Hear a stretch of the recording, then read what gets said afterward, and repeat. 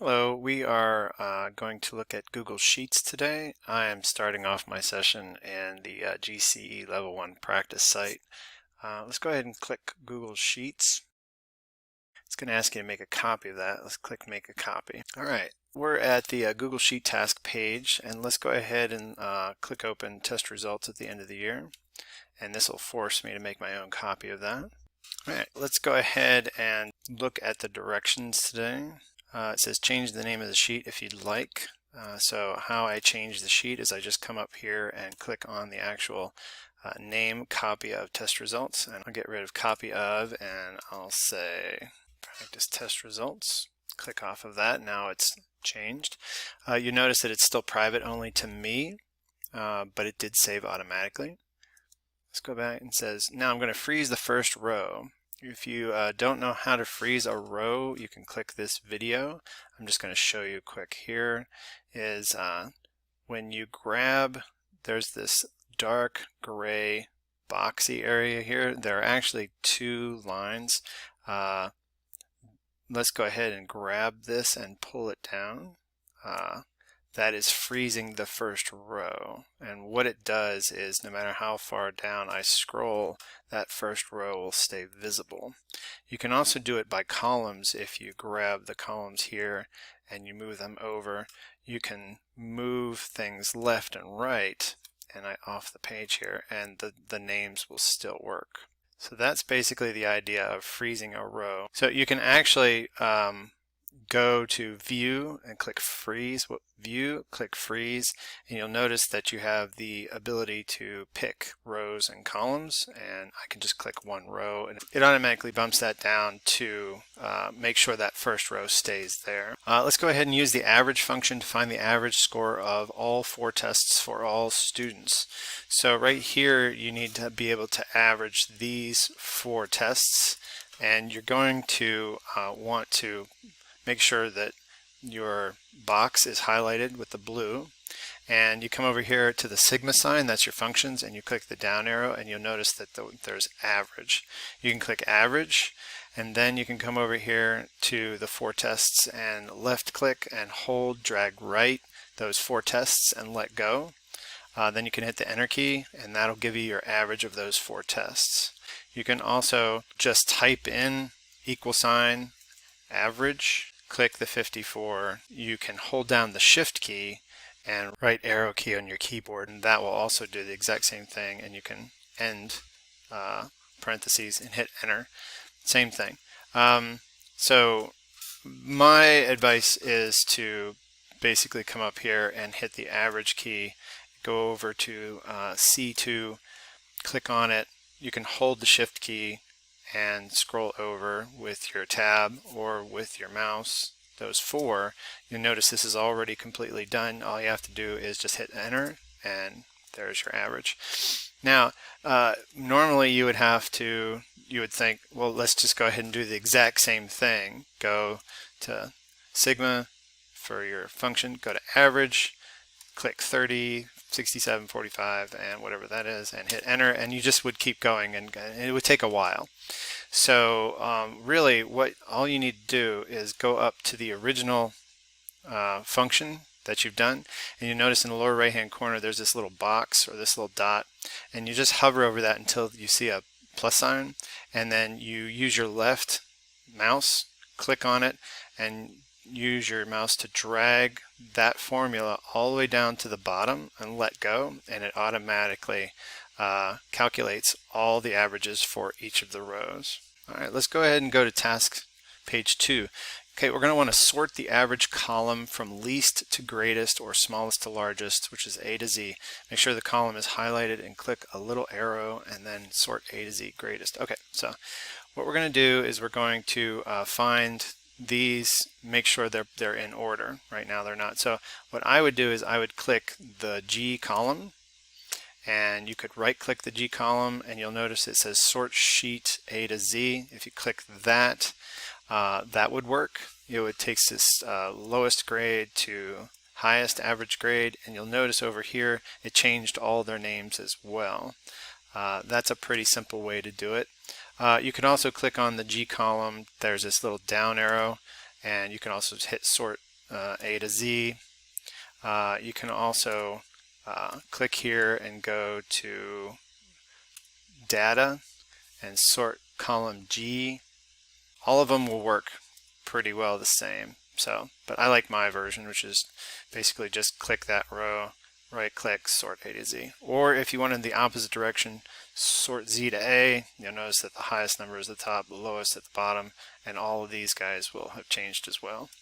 Create two charts with the information from the sheet. Use the Explore tab. Alright, so in the lower right hand corner you'll see this little icon. It's called the Explore tab. If I pick it'll try to do it for you. If I don't pick any particular column or row, if I just click the Explore button, it'll try to create a chart for me. You can do that, or you can actually pick a column and it'll try to create a chart for you in that column. I don't know if it'll pick, if you click a row, no, it won't do it for a row. So let's go ahead and pick a column, and you'll notice that it creates a chart for the column. Any of these work. The Explore button is just basically trying to help you. You notice that you have this plus, this grab sign. You can actually go ahead and left click and hold and grab the average chart and let go, and I'll get rid of this, and you'll notice that the chart has now come into the sheet. Let's go ahead and see what we're going to do with that. It says create two charts with the information, so Explore tab. So I'm going to go ahead and create that chart there. Then I'm going to go ahead and do, I'm going to get a real complicated chart. I'm going to go ahead and copy all of this here, click the Explore button, scroll down a little bit. There, it gave me another chart, analysis, which is average versus test 4. Grab that, put that in there. It's getting a little busy in here. There's a lot going on. I can click on the actual chart itself and make it smaller if that makes you feel better. Them down here. All right. Insert two different charts on your sheet. Copy one chart from the sheet and paste it to another sheet. So all you have to do is pick a chart for that, and you'll notice in the upper right hand corner of this chart you can click these three dots and it gives you some options. You can edit the chart, delete the chart, download the chart, publish it, copy it, and move to its own sheet. So let's click move to its own sheet, and you'll notice down here that there's sheet in the lower left hand corner, there's sheet 1, and now there is chart 4 has its own tab. That was what we wanted to do.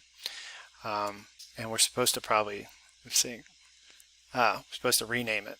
So let's go ahead and, how are we supposed to rename this? Well, there's this down arrow, click that down arrow, and it says rename. So let's go ahead and rename it, and I'll do test chart. And now we have renamed that chart. Next thing I'm supposed to do is create a new Google Doc.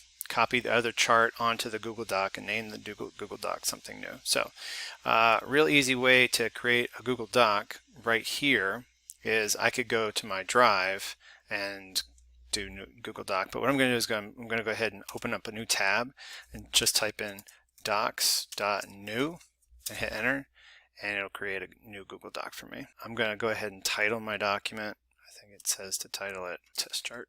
And right here I'm going to go ahead and paste that chart into there. So I'm going to go ahead and pick the three dots again, and I'm going to go ahead and click copy chart.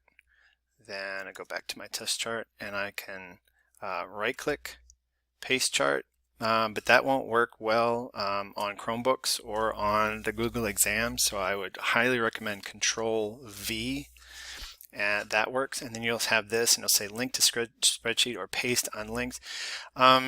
Link to spreadsheet just means that if I insert this chart and somebody comes to this Google Doc and they click on it, they will go back to this original spreadsheet over here. Or you can paste unlinked, which means they can't go back to that original one. So it's up to you. I'm going to go ahead and keep it linked, and there it is. And now it is a chart that's on a Google Doc. Let's go ahead to directions.